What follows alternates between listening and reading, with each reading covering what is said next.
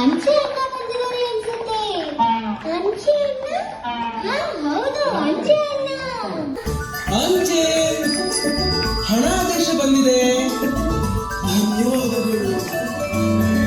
ಅಂಚೆ ಅಣ್ಣ ಬಂದ, ನನಗೆ ಅಂಚೆ ಬಂದ, ಪಟ್ಟು ಮದುವೆ ಅಂದ, ಅಂಚೆ ಅಣ್ಣ ಬಂದ.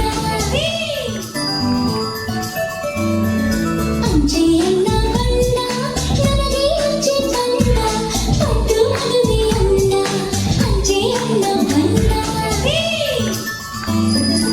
ಅಂಚೆ ಅಣ್ಣ ಬಂದ, ನನಗೆ ಅಂಚೆ ಬಂದ, ದೂರ ದೂರದಿಂದ ಅಣ್ಣ ಬರುವರಿಂದ.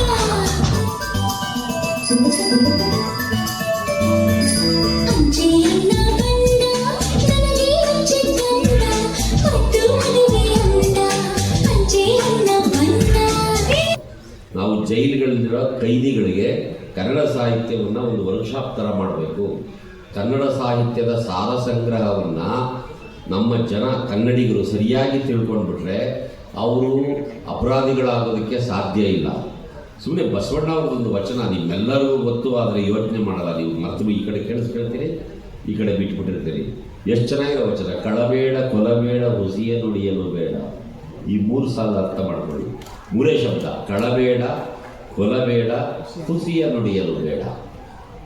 ಎಷ್ಟು ಅರ್ಥಪೂರ್ಣವಾಗಿದೆ. ಕಳ್ತನ ಮಾಡಬೇಡ್ರಯ್ಯ, ಕೊಲ್ಬೇಡ್ರಯ್ಯ, ಇನ್ನೊಬ್ಬರನ್ನ ಹೋಗಿ ಮರ್ಡರ್ ಮಾಡಬೇಡಿ, ಹುಸಿಯ ನುಡಿಯಲು ಬೇಡ, ಸುಳ್ಳು ಹೇಳ್ಬೇಡ್ರಯ್ಯ. ಇದು ನಾವು ಕನ್ನಡಿಗರು ನಮ್ಮ ಬದುಕಿನಲ್ಲಿ ಅರಗಿಸ್ಕೋಬೇಕಾಗಿರುವಂಥ, ಪಾಲಿಸಬೇಕಾದಂಥ ಒಂದು ನೀತಿ. ಇದನ್ನು ಜೈಲಿನಲ್ಲಿರೋ ಕೈದಿಗಳು ಅರ್ಥ ಮಾಡ್ಕೊಂಡಿದ್ದಿದ್ರೆ, ಕಳ್ಳತನ ಮಾಡದೇ ಇದ್ದರೆ, ಕೊಲೆ ಮಾಡ್ತಾ ಇದ್ದರೆ, ಸುಳ್ಳು ಹೇಳ್ಕೊಂಡು ಅನ್ಯಾಯ, ಅತ್ಯಾಚಾರ, ದುರಾಚಾರಗಳು ಮಾಡದೇ ಇದ್ದರೆ ಅವರು ಜೈಲಿಗೆ ಬರೋ ಸಾಧ್ಯತೆಯೇ ಕಡಿಮೆ ಇರ್ತಾ ಇತ್ತು. ಹಾಗಾಗಿ ಕನ್ನಡ ಸಾಹಿತ್ಯ ಎಂಥವನನ್ನಾದರೂ ಬದುಕುವಂಥದ್ದು. ಒಂದು ಕಾಲದಲ್ಲಿ ನಾನು ಭಾಳ ದೊಡ್ಡ ಕೋಮುವಾದಿಯಾಗಿದ್ದೆ. ಏನು ಸಿಕ್ಕಾಬಿಟ್ಟೆ ಆರ್ಭಟ ಮಾಡ್ತಾ ಇದ್ದೆ. ಆದರೆ ಯಾವಾಗ ಕನ್ನಡ ಸಾಹಿತ್ಯವನ್ನು ಓದಿದ್ನೋ ಆವಾಗ ನನಗೆ ಸತ್ಯ ಅರ್ಥ ಆಯಿತು, ಮಾನವೀಯತೆ ಅರ್ಥ ಆಯಿತು.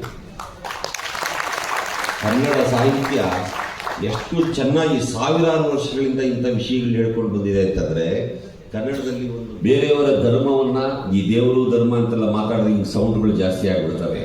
ಅದಕ್ಕೆ ಸ್ವಲ್ಪ ಸುತ್ತಮುತ್ತ ನೋಡ್ತೀವಿ. ಬೇರೆಯವರ ಧರ್ಮವನ್ನು ಗೌರವಿಸತಕ್ಕದ್ದು, ಬೇರೆಯವರ ಧರ್ಮವನ್ನು ಸೈರಿಸಿಕೊಳ್ಳತಕ್ಕದ್ದು. ಯಾವತ್ತು ನಾವು ನಮ್ಮದೇ ಧರ್ಮ ದೊಡ್ಡದು, ನಮ್ಮ ದೇವರು ದೊಡ್ಡವನು, ನನ್ನ ಜಾತಿ ಶ್ರೇಷ್ಠ ಅಂತ ಹೇಳಬಾರ್ದು. ಬೇರೆಯವರ ಧರ್ಮದ ಬಗ್ಗೆಯೂ ನಮಗೆ, ನಮ್ಮ ಧರ್ಮದ ಬಗೆಗೆ, ನಮ್ಮ ಜಾತಿ, ನಮ್ಮ ಸಂಪ್ರದಾಯ, ಇವುಗಳ ಬಗ್ಗೆ ನಮಗೆ ಎಷ್ಟು ಅಭಿಮಾನ ಇರ್ತದೋ ಅಷ್ಟೇ ಅಭಿಮಾನ ಇನ್ನೊಬ್ಬನ ಜಾತಿ, ಮತ, ಧರ್ಮ, ಆಚಾರ, ವಿಚಾರಗಳ ಬಗ್ಗೆಯೂ ನಮಗೆ ಪ್ರೀತಿ ಇರಬೇಕು, ಸೈರಣೆ ಇರಬೇಕು. ಇನ್ನೊಂದು ಮಾತು ಹೇಳಿ, ನಿಮಗೆ ಕನ್ನಡ ಸಾಹಿತ್ಯದ ಸೂಕ್ಷ್ಮಗಳನ್ನು ಹೇಳ್ತಾ ಹೋದರೆ ಭಾಳ ಸೊಗಸಾಗಿರುವಂಥದ್ದು. ಅದೃಷ್ಟವಂತರು ಕನ್ನಡಿಗರು. ಆದರೆ ನಾವು ಪರಮ ಪಾಪಿಗಳು. ಯಾಕೆ ಪರಮ ಪಾಪಿಗಳು ಅಂದರೆ ನಾವು ಪಂಪನ್ನು ಓದಲ್ಲ. ಮನುಷ್ಯ ಜಾತಿ ತಾನೊಂದೇ ವಲಂ ಅಂತ 1000 ವರ್ಷದಿಂದ ಹೇಳದ್ನಲ್ವ. ಕುಲಂ ಕುಲಮಂತು ಛಲಮೆ ಕುಲಂ, ಅಭಿಮಾನ ಕುಲಂ, ಅಣ್ಬು ತಾನೊಂದೇ ಕುಲಂ. ಎಂಥ ಮಾತಿದು, ಎಂಥ ಮಾತು.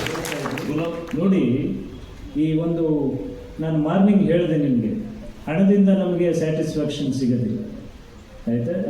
ಹಣ ಬೇಕು, ಬಟ್ ಅದರಿಂದ ಸ್ಯಾಟಿಸ್ಫ್ಯಾಕ್ಷನ್ನು ಸಿಗ್ತದೆ ಅನ್ನೋದಿಲ್ಲ. ಕೆಲವು ವಿಷಯಗಳಲ್ಲಿ ನಾವು ಕಾರ್ಯಪ್ರವೃತ್ತರಾದಾಗ ಮಾತ್ರ ಸ್ಯಾಟಿಸ್ಫ್ಯಾಕ್ಷನ್ ಸಿಗ್ತದೆ. ಆ ನಿಟ್ಟಿನಲ್ಲಿ ಸುರೇಶ್ ಅವರು ಸುಮಾರು 25 ಪುಸ್ತಕ ಅಂತಂದ್ರೆ, ಆ 25ರಲ್ಲಿ ಬಹುಶಃ 90 ಭಾಗ ಬಾಬಾ ಸಾಹೇಬರ ಮೇಲೆ ಬರೆದಿರ್ತಕ್ಕಂಥ. ಅಂಚೆ ವ್ಯವಸ್ಥೆಯು ಕೇವಲ ಪತ್ರಗಳನ್ನು ತಲುಪಿಸುವ ಸಾಧನವಲ್ಲ. ಅದು ಅನೇಕ ಕುಟುಂಬಗಳ ನೆನಪುಗಳು, ಭಾವನೆಗಳು, ಸಂಬಂಧಗಳು ಮತ್ತು ಸಮಾಜದ ಇತಿಹಾಸವನ್ನು ಒತ್ತೊಯ್ಯುವ ಮಹತ್ವದ ವ್ಯವಸ್ಥೆಯಾಗಿದೆ ಎಂಬುದು ನನ್ನ ಅಭಿಪ್ರಾಯ.